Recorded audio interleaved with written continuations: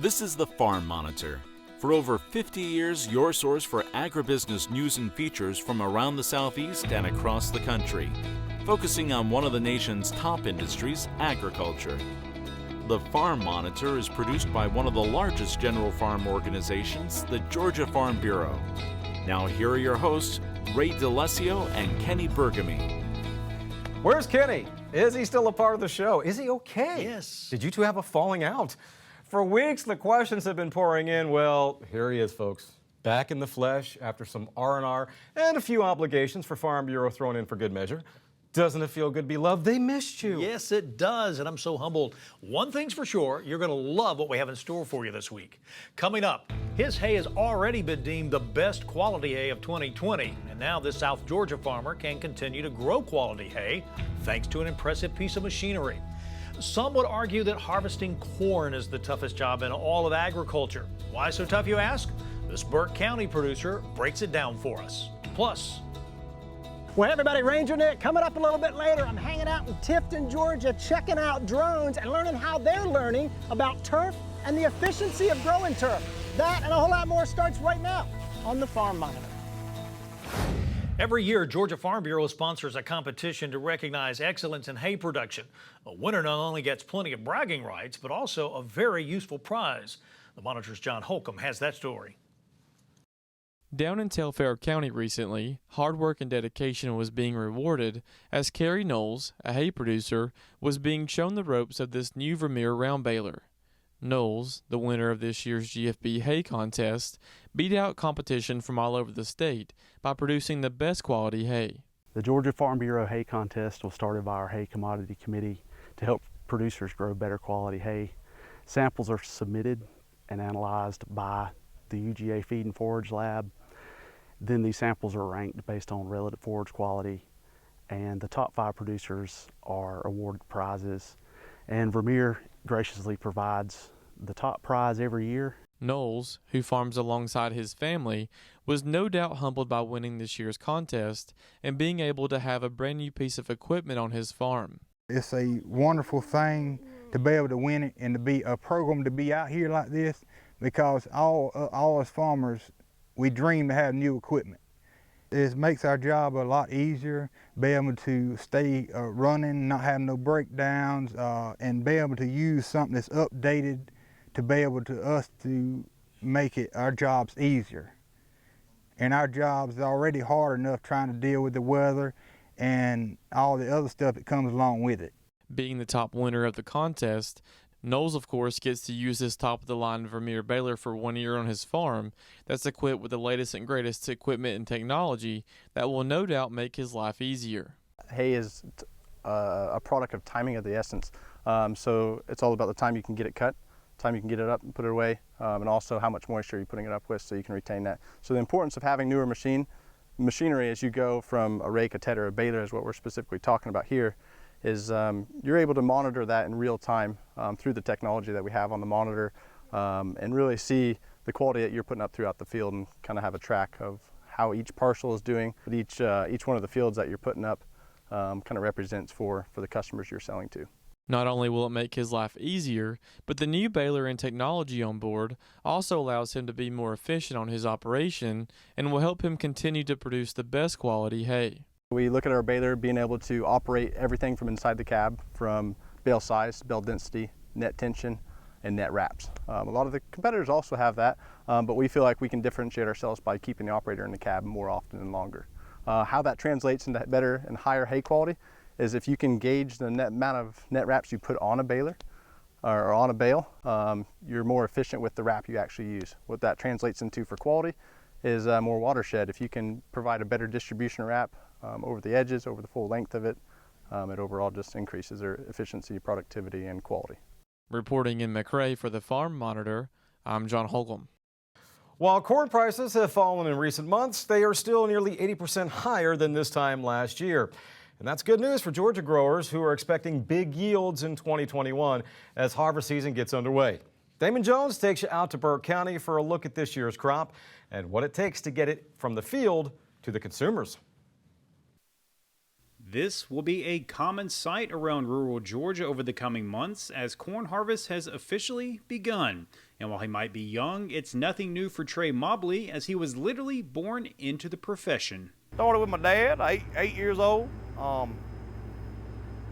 Went to college, did some work in Augusta and different odd and end things, but I just enjoy farming. That's where I ended up back at down here. And I'm managing Magruder's row cropping operation, and I do about 1,000 acres of my own on the side, so I'm right around 2,300 acres.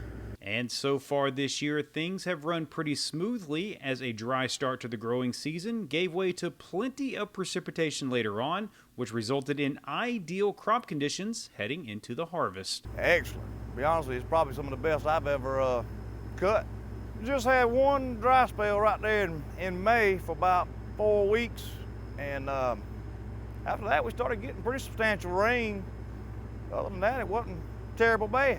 However, getting the crop to harvest is just the beginning. Now, the heavy lifting begins, as farmers must juggle a number of different responsibilities in order to keep everything running on schedule. You're talking about a lot of stuff in the background. Getting machines ready in the morning, coordinating truck drivers to haul away the grain from this machine. I mean, this thing's moving 2,000 to 2,100 bushels an hour. So, 2 full-time truck drivers, grain cart operator. It's the most stressful time of the year, corn harvest is. And all of this must be done on a tight timetable, which means combines will be running day and night in order to avoid any unforeseen setbacks in the future. Get it out before a hurricane shows up or rain. Or there's been years when I was farming with my dad, if rain moves in, the corn can start mildewing on the plant. Aflatoxin levels can go up. A hurricane can show up and blow it all on the ground. So that's what my daddy taught me. Get it as quick as you can get it out. While it takes plenty of hard work and persistence to be successful, it's a way of life Mobley wouldn't have any other way, as he says each day brings a new adventure. The biggest thing is just it's different every day. You don't go sit at the desk, and this is what I do every day. It's always changing. Planting, spraying, watering, constantly evolving different things you have to look for. There's always a new curveball. How about that? It ain't the same every day. Reporting from Burke County, I'm Damon Jones for the Farm Monitor. Well, hey everybody, Ranger Nick coming up. You know, they say the grass isn't always greener on the other side, but in Tifton, Georgia, it is. And I'll introduce you to some of the technology that's being used to study it after this.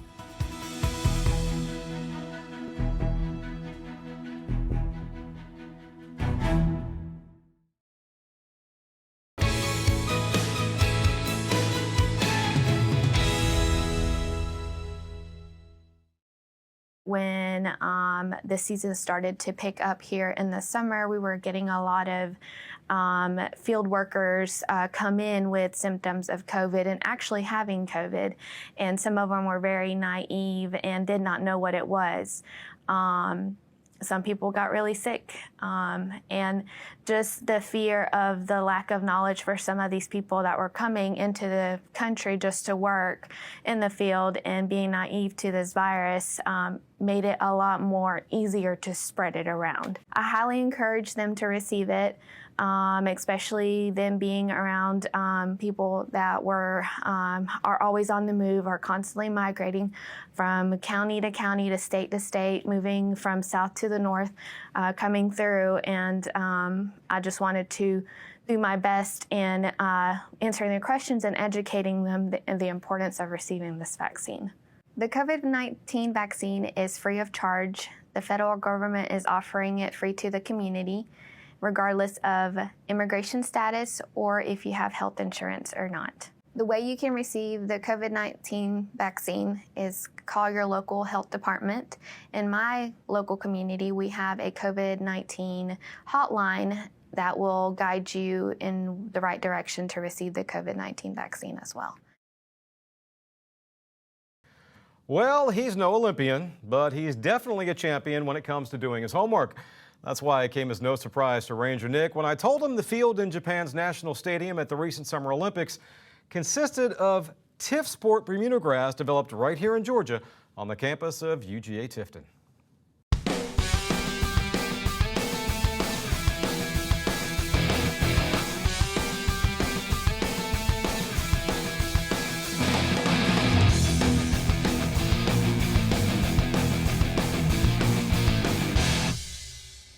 Well, we look at this stuff all the time. Whether we're watching a golfing event on TV or the Super Bowl, we see turf on television that is actually grown right here in Tifton. We're talking about TIF turf, and I'm hanging out with a researcher that knows a thing or two, a bunch, about this stuff, and that's Dr. Jing Zhang. Doc, good to meet you and be with you today.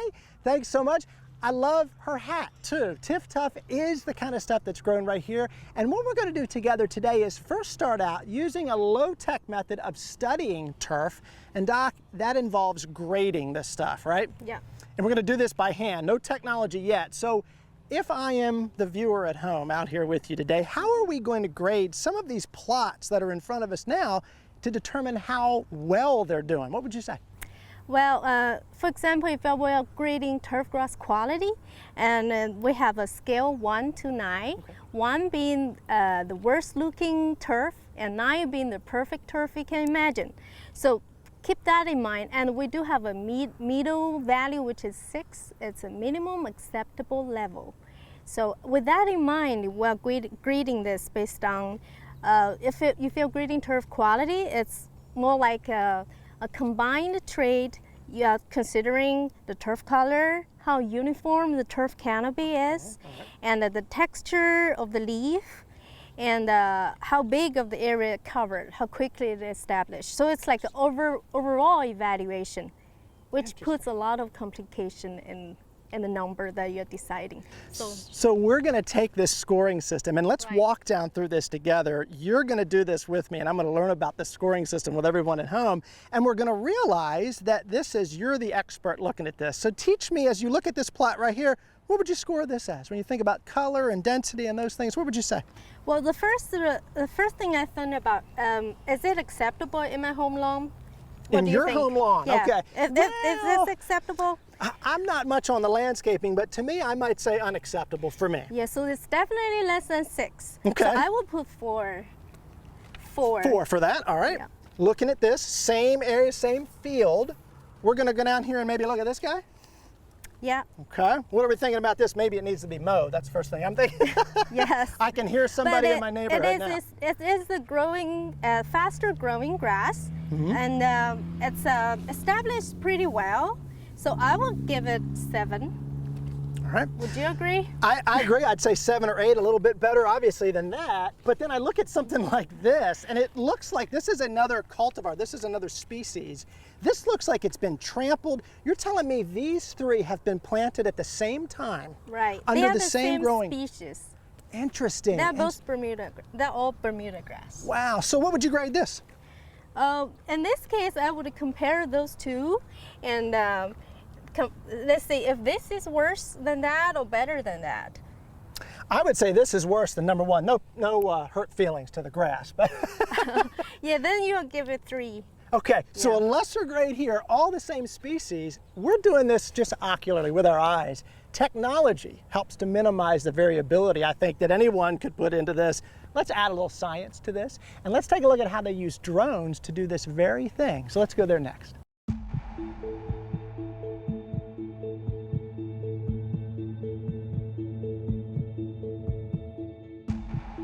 We do have 2 cameras on this drone. Okay. We have a multi-spectrum camera, which takes plant reflectance at 4 different bands, so we can calculate vegetation indexes to indicate how healthy the plant is. Huh. And then we do have a thermal camera here. It can measure the canopy temperature. So usually canopy temperature is very tricky to measure, and it changes so fast. If we can get a snapshot like in a second of all the plant together, that's much more accurate. It can offer us more information. And I'm trying to grasp all this stuff too with you, and I'm curious about thermal and temperature in a place like Tifton. This is a place that's fairly rough to grow. I like your hat, TIF Tuff. It's a rough place to grow in. Right. So if turf can do well here, your assumption is it can do really well somewhere else.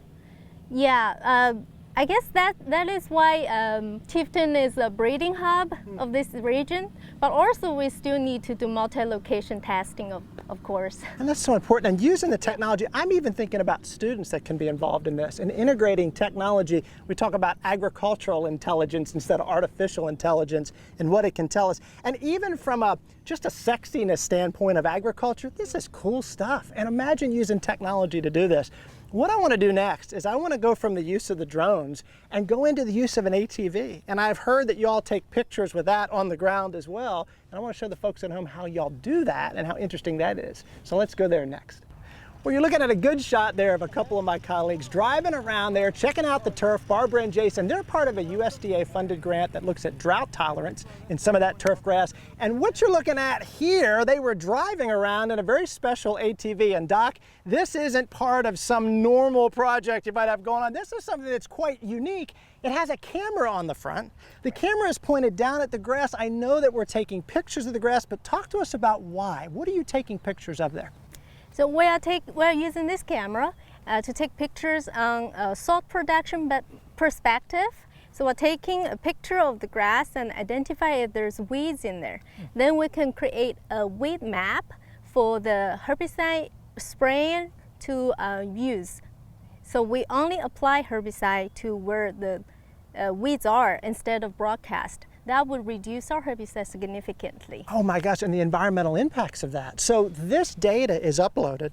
You're able then to use another machine that will go out and pinpoint and spray herbicides exactly where they're needed, reducing that herbicide use and the environmental implications of that. Right. Incredible, and it just looks cool. It looks even better with my colleagues driving around in that thing. Gang, I tell you what, I gotta give a big shout out to Dr. Jerome over there. Jerome is part of our USDA funded grant, and he is with us and is part of this whole gang here today, and I'm so thankful that we've been funded to study some of this. I'm a communication person on this grant, and I have sure learned a lot. Doc, thanks so much for your time today as well. Y'all know what to do. While you're online learning more stuff about turf grass, hop on over to the Farm Monitor Facebook page and see what those guys have got going on. And while you're there, check out the Ranger Nick Facebook page and check out what I've got going on. Until next time, for the Farm Monitor, I'm Ranger Nick, reminding you, as I always do, that enthusiasm is contagious. So pass it on. Y'all, thanks so much for watching. We'll look forward to seeing you right back here again this time next month. See ya.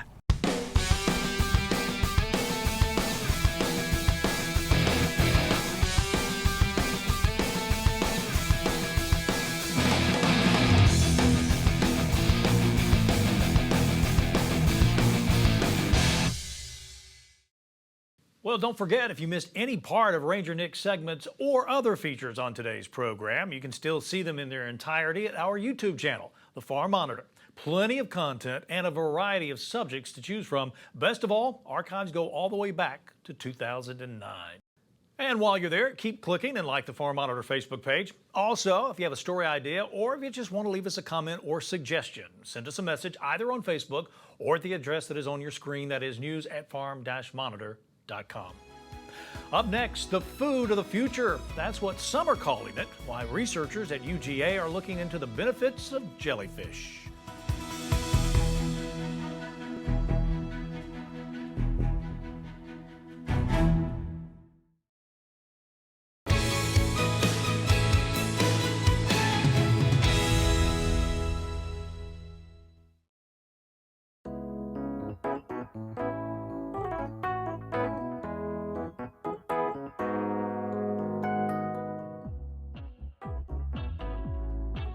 Many students will stop at Starbucks or the closest fast food chain on their way to school to grab an iced coffee.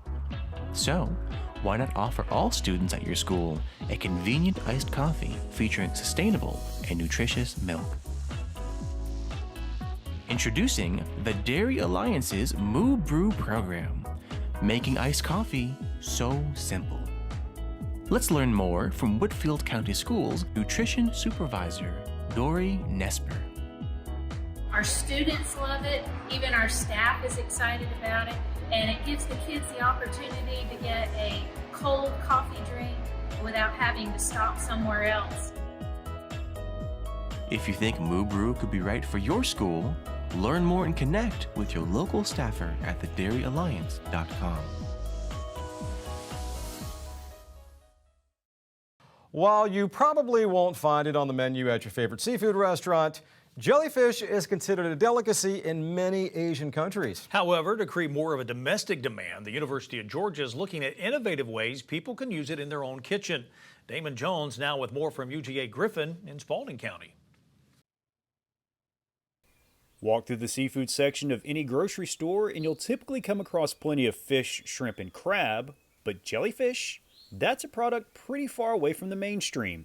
However, according to one University of Georgia research team, it could be a food of the future. Consumers are not really aware of jellyfish, and may not be really, open to try jellyfish or to consider jellyfish as a food just yet.